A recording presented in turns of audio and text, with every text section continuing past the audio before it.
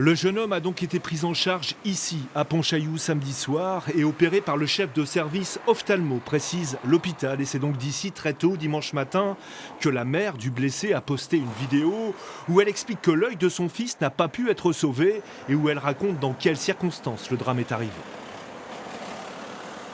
D'après ce que les amis de mon fils m'ont raconté, une première grenade de désencerclement l'a atteint alors même qu'il tournait le dos avec ses amis et que les CRS étaient en train de charger.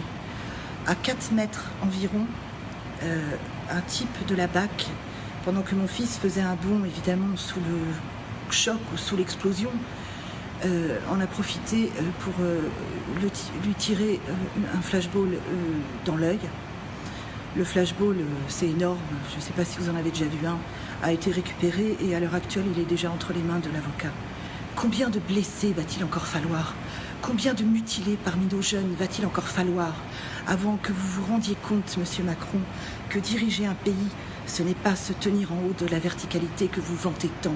C'est peut-être de temps en temps se pencher sur les gens et écouter réellement ce qu'ils ont à dire. Alors que s'est-il passé exactement à la fin de la manifestation? La préfecture confirme qu'un jeune homme de 27 ans touché à l'œil fait partie des blessés, mais que l'hypothèse de la grenade de désencerclement est a priori plus vraisemblable. De son côté, le syndicat de policiers Alliance confirme l'usage de grenades et de flashballs pour maintenir l'ordre et contenir à distance certains manifestants.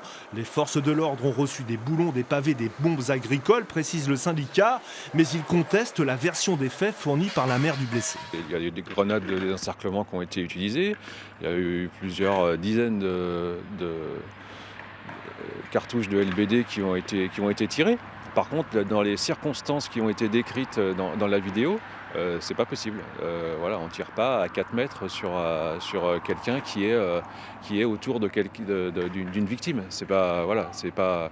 On a du discernement et puis et là c'est lequel on n'est pas dans le cadre de la légitime défense.